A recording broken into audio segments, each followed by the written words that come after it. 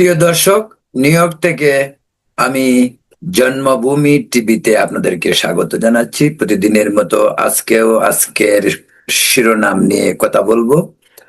প্রথমেই মার্কিন যুক্তরাষ্ট্রের প্রেসিডেন্ট ডক্টর ডোনাল্ড ট্রাম্পের কথা বলছি। আপনারা জানেন, ট্রাম্প এমন একজন ব্যক্তি, এটা আশা করি এই বিষয়টা সকলেই বুঝে। ট্রাম্প এমন একজন মানুষ যিনি কোনো কিছু যখন ধরতে চাইবে তা থেকে কখনো তিনি পিছপা হয় না।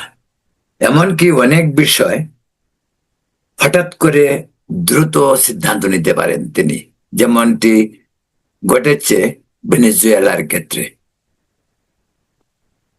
কিন্তু ট্রাম্প ভেনেজুয়েলা অপারেশনের পর দুনিয়া জুড়ে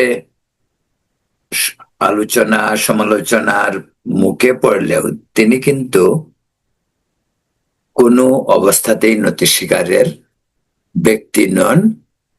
ভেনেজুয়েলার অ্যাটাক নিয়ে খুদ আমেরিকার ভিতরে অনেক বিক্ষোভ হয়েছে, বিশাল বিশাল বিক্ষোভ হয়েছে। ট্রাম্পের এখন দৃষ্টি গ্রিনল্যান্ড।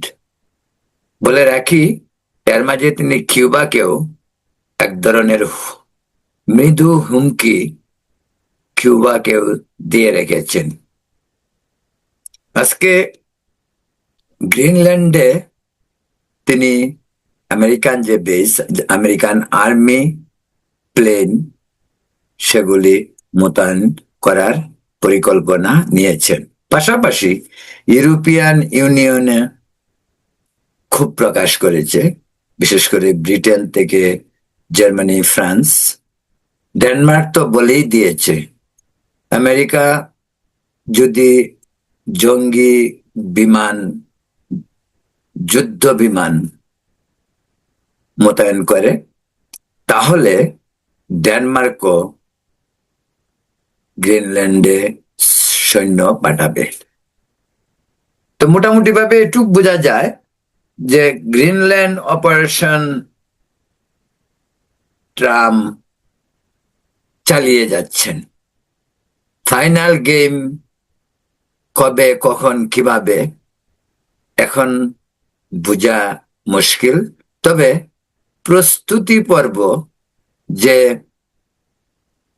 এগিয়ে যাচ্ছে ব্যাপারে সন্দেহ নেই। কিন্তু এরই মাঝে অন্য একটি বিষয় বলে রাখা ভালো। আজকে যে রিপোর্টটি প্রকাশিত হয়েছে সেটা হলো একটি সর্বশেষ জরিপ ট্রাম্পের জনপ্রিয়তা নিয়ে।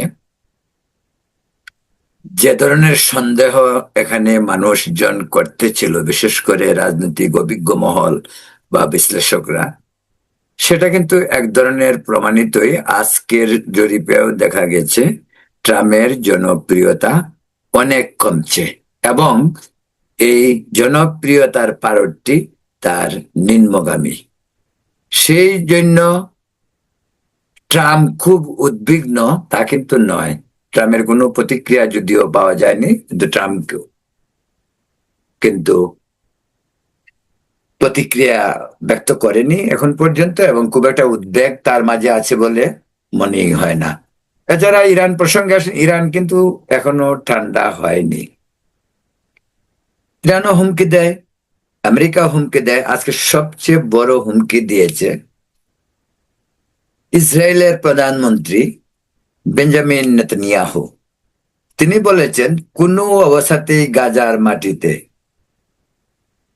টার্কি এবং কাতারের সৈন্য ইসরায়েল অ্যাকসেপ্ট করবে না এবং কোনোভাবেই গ্রহণযোগ্য নয় এই দুই দেশের কোনো সামরিক কর্মকর্তার উপস্থিতি।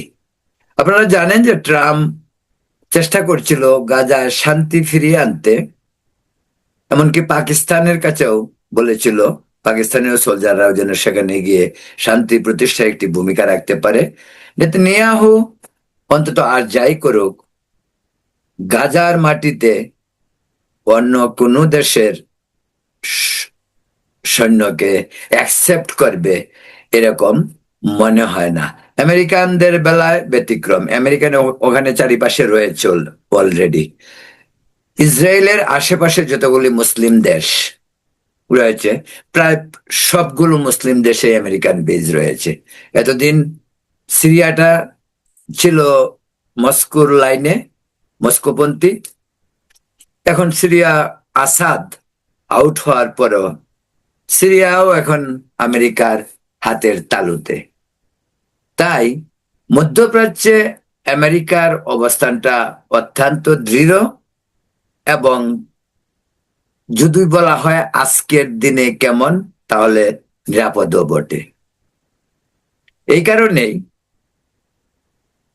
ইসরায়েলকে ট্রাম্পের বা আমেরিকার যে কোনো ইস্যু তাকে মানতে হবে। আবার ইসরায়েলের স্বার্থ আমেরিকাকে দেখতেই হবে।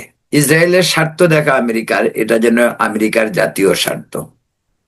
আমেরিকার যত প্রেসিডেন্ট বা আজ পর্যন্ত, হোক রিপাবলিকান হোক ডেমোক্রেট, ইসরায়েল তাদের চোখের মণি।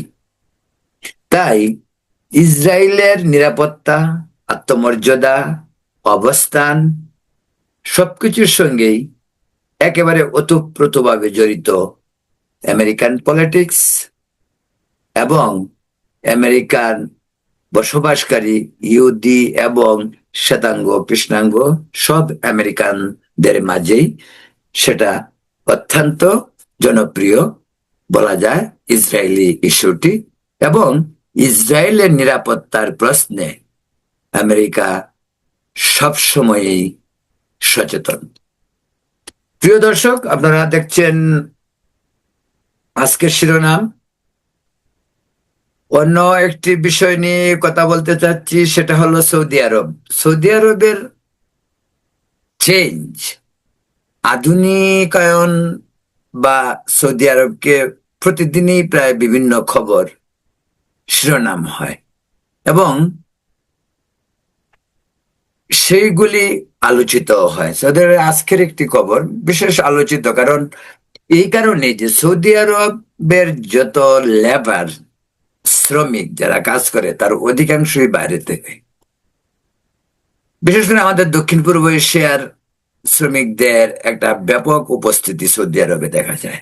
বাংলাদেশের তো বটেই, এমনকি পাকিস্তানি, এমনকি ভারতের লার্জ ভারতীয় লেবার ওয়ার্ক ইন সৌদি আরব।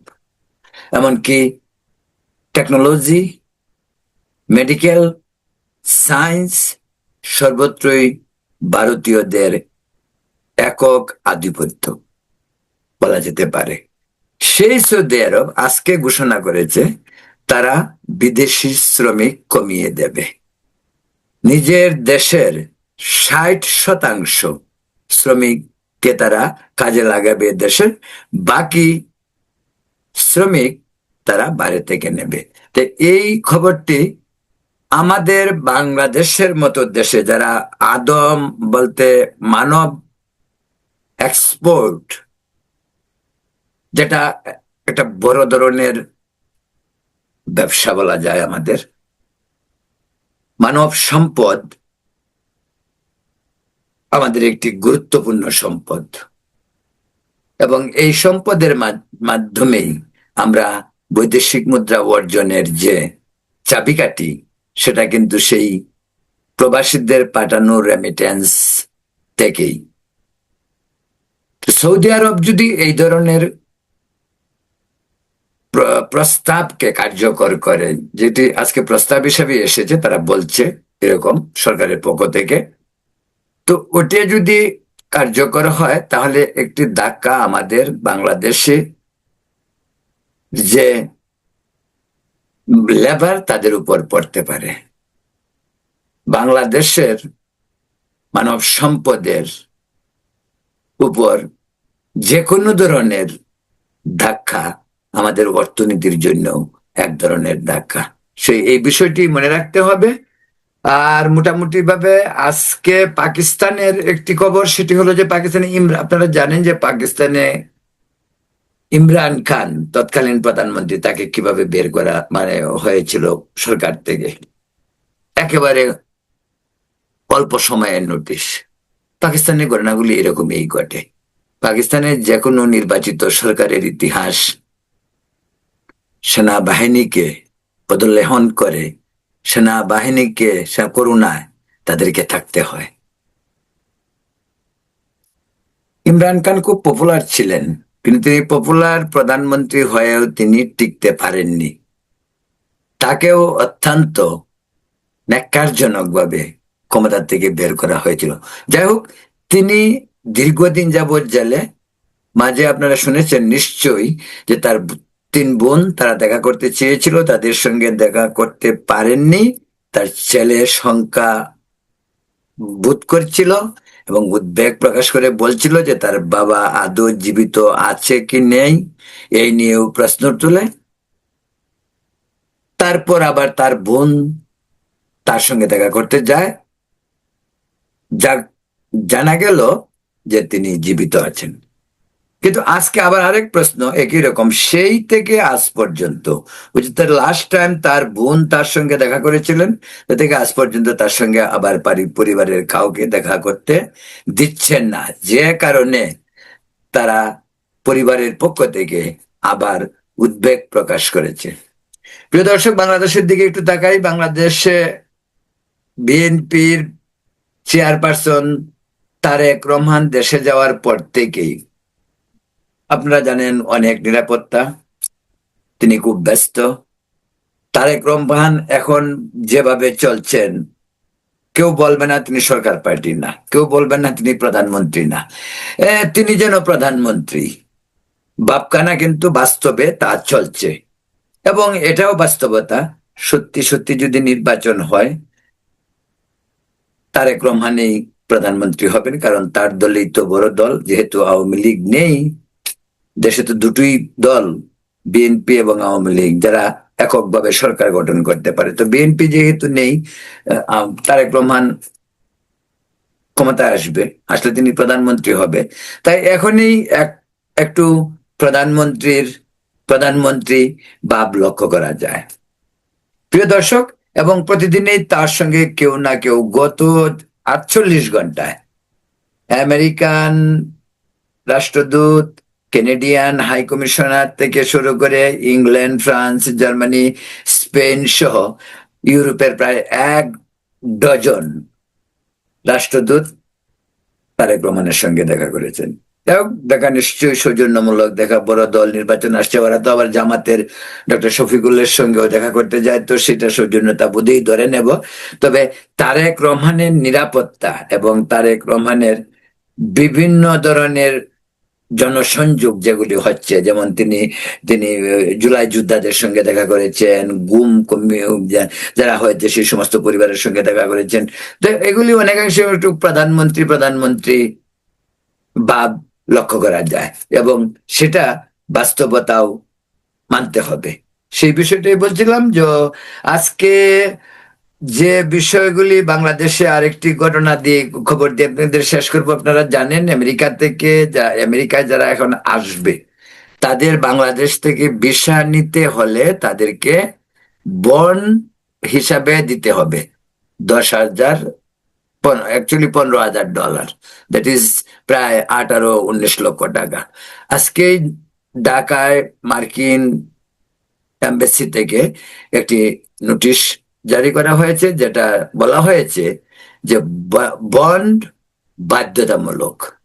তবে বলে দেওয়া হয়েছে কোনো অবস্থাতে ভিসা পাওয়ার আগে, ভিসা কনফার্ম হবে তখন টাকা দিতে হবে, এর আগে কাউকে যেন কোনো ধরনের পয়সা দেয়া না হয়। কারণ আমার একটা ধারণা, যেটা আমি আগেও কয়েকটি এপিসোডে এই কথাটা বলছি, যে তাদেরও হয়তো ধারণা যে সেখানে এই সমস্ত ইস্যু নিয়ে নিশ্চয়ই ধান্দাবাজ দালালরা কাজ করতেছে। তো এমনও হইতে পারে দালালরা বলতে পারতেছে বিষয় হয়ে যাচ্ছে, দেন আমাদেরকে পয়সা দেন, সব ব্যবস্থা করে দিচ্ছি।